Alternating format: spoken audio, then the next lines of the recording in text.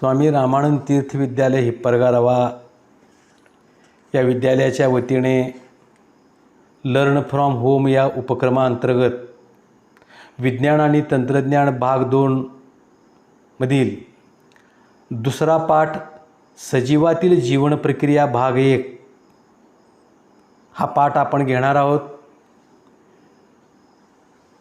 मार्गदर्शक श्री भोईटे एस.बी.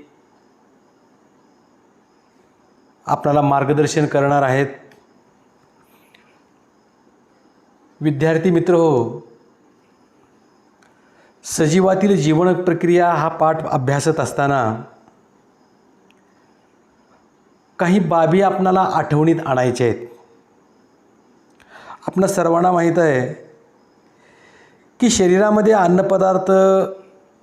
अन्नपदार्थाचे पचन होऊन त्यापासून विद्राव्य अशी पोषक तत्वे निर्माण होत असतात। ही पोषक तत्वे रक्तामार्फत प्रत्येक पेशीला पोचवली जातात।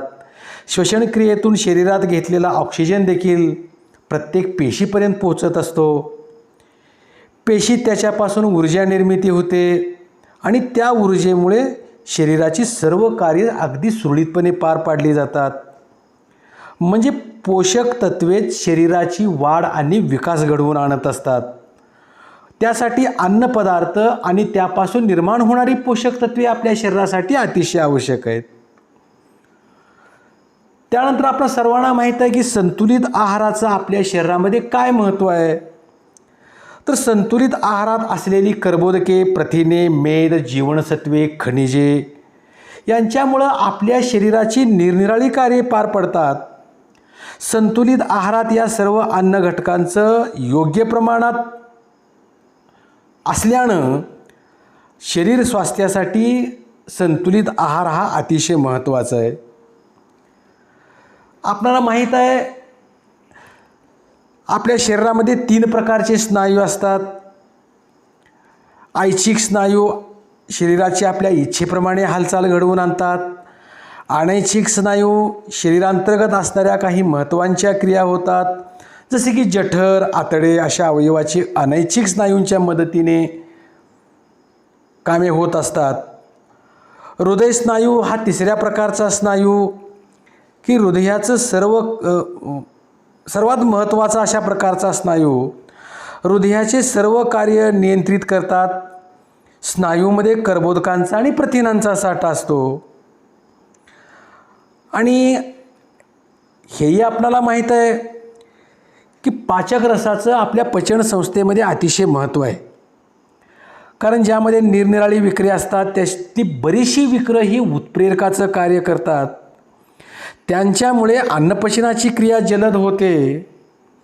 जठरातील पाचक रसामुळे शरीरातील सामू देखील आम्लधर्मी होतो आणि आतड्यातील पाचक रसामुळे तो आम्लारीधर्मी होत असतो।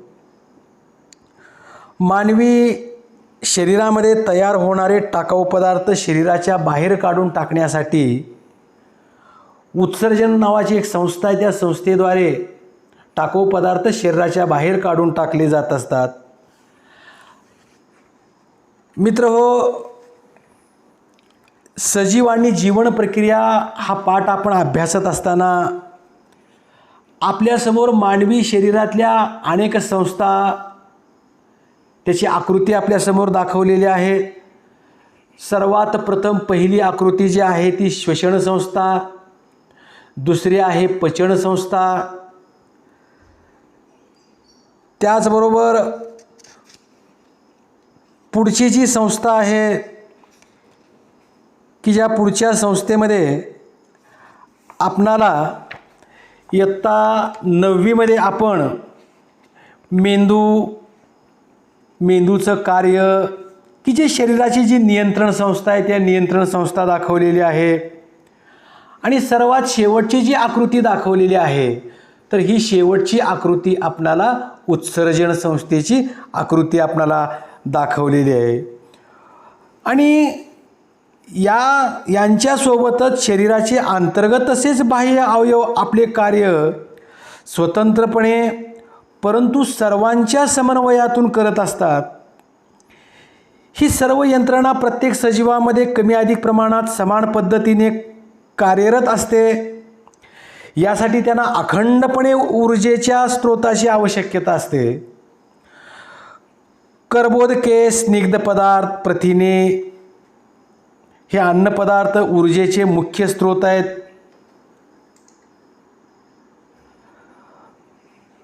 तर प्रामुख्यानं प्रत्येक पेशीमध्ये तंतुकणिका असते आणि या तंतुकणिकेला आपण ऊर्जा निर्मितीचं केंद्र असंही आपण म्हणतो, की ज्या तंतुकणिकेच्या मदतीने ऊर्जा मिळवली जाते. मग ऊर्जा निर्माण होण्यासाठी फक्त अन्न घटकच लागतात का? नुसतं शरीरामध्ये अन्न घेतलं म्हणजे त्या अन्नापासून डायरेक्ट ऊर्जा निर्माण होते का? तर नाही आहे. कारण त्यासाठी आपणाला ऑक्सिजनची गरज आहे, की जो ऑक्सिजन आपण श्वसनाद्वारे घेत असतो. श्वसन प्रक्रियेमध्ये घेतलेला ऑक्सिजन रक्तामध्ये मिसळतो. रक्तामार्फत परिवहन संस्थेमार्फत तो प्रत्येक पेशीपर्यंत पोहोचवला जातो. यामध्ये नियंत्रण संस्थेचेही सर्व प्रक्रियेवर नियंत्रण हे असतेच. परंतु ऊर्जा निर्मितीसाठी प्रत्येक जीवन प्रक्रिया आपल्या परीनं हातभार लावत असतेच. तर शरीरामध्ये जेवढ्या काही प्रक्रिया चालतात त्या प्रक्रियांच्या कार्यासाठीही ऊर्जेची गरज भासत असते. आपण आणि इतर प्राणी फळे, भाजीपाला सेवन करतो. वनस्पती स्वतःचं पोषण स्वतः करतात. त्यांना स्वतःला आवश्यक असणारं अन्न प्रकाश संश्लेषणाच्या प्रक्रियेमध्ये निर्माण करतात. त्यातलं काही अन्न ते स्वतःसाठी वापरतात आणि हिरव्या वनस्पती स्वतः वापरून उरलेलं जे अन्न आहे ते अन्न फळे, पाने, खोड, मूळ यामध्ये साठवून ठेवतात, की या सर्व वनस्पतीजन्य पदार्थाचं सेवन आपण आणि प्राणी करत असतो. आणि त्यापासून विविध पोषक द्रव्ये म्हणजेच कर्बोदके, प्रथिने, स्निग्ध पदार्थ, जीवनसत्वे, खनिजे आपण मिळवत असतो. मग यासाठी आपण कोणकोणते अन्नपदार्थ आपण खात असतो? तर दूध, फळे, गूळ, साखर, भाजीपाला, गहू, मका, नाचणी, ज्वारी, बाजरी, तांदूळ यासारखी धान्य, तर मध, बटाटे, रताळी, मिठाई. तर या अन्नपदार्थापासून आपणाला कर्बोदके मिळतात. कर्बोदकापासून आपल्याला 4 किलो कॅलरी पर ग्रॅम एवढी ऊर्जा आपल्याला मिळते. सजीव व ऊर्जा निर्मिती.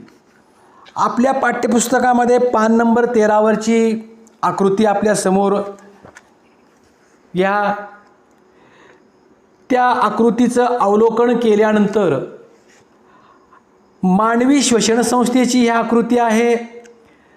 या मानवी श्वसन संस्थेच्या आकृतीमध्ये डावीकडून जर आपण पाहिलं तर सर्वात वरच्या बाजूला नाक, त्याखाली मूक, स्वरयंत्र, श्वासनिका आणि सर्वात खाली श्वासपटल.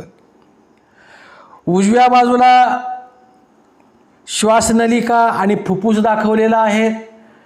त्याचं निरीक्षण केल्यानंतर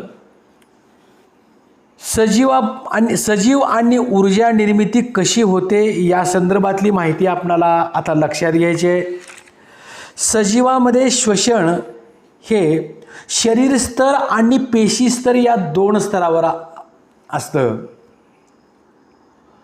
शरीर स्तर श्वसनामध्ये ऑक्सिजन आणि कार्बन डायऑक्साईड या वायूंची देवाणघेवाण शरीर आणि वातावरण यामध्ये देवाणघेवाण होत असते. पेशीस्तर श्वसनामध्ये पेशीत होणारं अन्नपदार्थाचं ऑक्सिडीकरण हे सजीवामध्ये पेशी स्तरावर होत असतं. आणि पेशी स्तरात होणारं जे श्वसन आहे ते 2 प्रकारचं असतं. एक ऑक्सी श्वसन आणि दुसरा विनॉक्सी श्वसन. ऑक्सी श्वसन म्हणजे काय, की ज्या श्वसनामध्ये ऑक्सिजनचा प्रत्यक्ष सहभाग असतो त्या श्वसनाला ऑक्सी श्वसन म्हणतात. आणि दुसरा प्रकार आहे विनॉक्सी श्वसन, की ज्या श्वसनामध्ये ऑक्सिजनचा प्रत्यक्ष सहभाग नसतो त्या श्वसनाला विनॉक्सी श्वसन असे म्हणतात. यामध्ये आपणाला आपल्या पाठ्यपुस्तकामध्ये पान नंबर 13वर सांगा पाहू हे सदर आपणाला दिलेलं आहे. विद्यार्थी मित्र हो, आपणा सर्वांना माहीत आहे साखरेचं रेणूसूत्र आपण अभ्यासलेलं आहे की त्या साखरेचं रेणूसूत्र आपणाला माहीत आहे C12H22O11 हे साखरेचं रेणूसूत्र आहे. त्यानंतर ग्लुकोजचं रेणूसूत्र हे आपणाला सांगता आलं पाहिजे की ग्लुकोजच्या एका रेणूमध्ये कार्बनचे 6 अणू, हायड्रोजनचे 12 अणू आणि ऑक्सिजनचे 6 अणू, म्हणजे अशा पद्धतीनं ग्लुकोजचं रेणूसूत्र C6H12O6 हे रेणूसूत्र असून ग्लुकोजचे CH आणि O म्हणजेच कार्बन, हायड्रोजन आणि ऑक्सिजनचे अणू जे आहेत हे सहसंयोज बंधाने जोडलेले आहेत. आपण जे अन्न खातो त्यातील प्रामुख्यानं कर्बोदकाचा उपयोग मुख्यत्वे करून दररोज आवश्यक असणारी ऊर्जा मिळवण्यासाठी होतो. ही मिळणारी जी ऊर्जा आहे ती ATPच्या स्वरूपात मिळवली जाते, म्हणजेच ॲडिनोसिन ट्रायफॉस्फेटच्या स्वरूपात मिळवली जाते. त्यासाठी पेशीमध्ये ग्लुकोज या कर्बोदकाचं टप्प्याटप्प्यानं ऑक्सिडीकरण होत असतं. यालाच पेशी स्तरावरील श्वसन असं म्हणतात. सजीवामध्ये पेशी स्तरावर होणारं श्वसन 2 प्रकारचं असतं की जे आत्ताच आपण पाहिलं, एक ऑक्सी श्वसन की ज्यामध्ये ऑक्सिजनचा सहभाग असतो आणि दुसरं आहे विनॉक्सी श्वसन की ज्यामध्ये ऑक्सिजनचा सहभाग नसतो. आपणाला ऑक्सी श्वसनामध्ये ग्लुकोजचं ऑक्सिडीकरण जे 3 टप्प्यामध्ये होतं त्याची चर्चा आपणाला करायची आहे. आपल्या पाठ्यपुस्तकामध्ये पान नंबर 13वर हे सदर दिलेलं आहे, तेही आपण काळजीपूर्वक पहा. ऑक्सी श्वसनामध्ये ग्लुकोजचं ऑक्सिडीकरण जे 3 टप्प्यात होतं त्यातला पहिला टप्पा आहे ग्लुकोजचे विघटन की ज्याला ग्लायकॉलिसिस असं म्हणतात. पेशीद्रव्यात घडणाऱ्या या प्रक्रियेमध्ये ग्लुकोजच्या एका रेणूचे टप्प्याटप्प्याने विघटन होत असते आणि हे विघटन झाल्यानंतर प्रामुख्यानं त्यापासून पायरुविक आम्ल, ATP, NADH2 आणि पाणी यांचे प्रत्येकी 2-2 रेणू तयार होत असतात.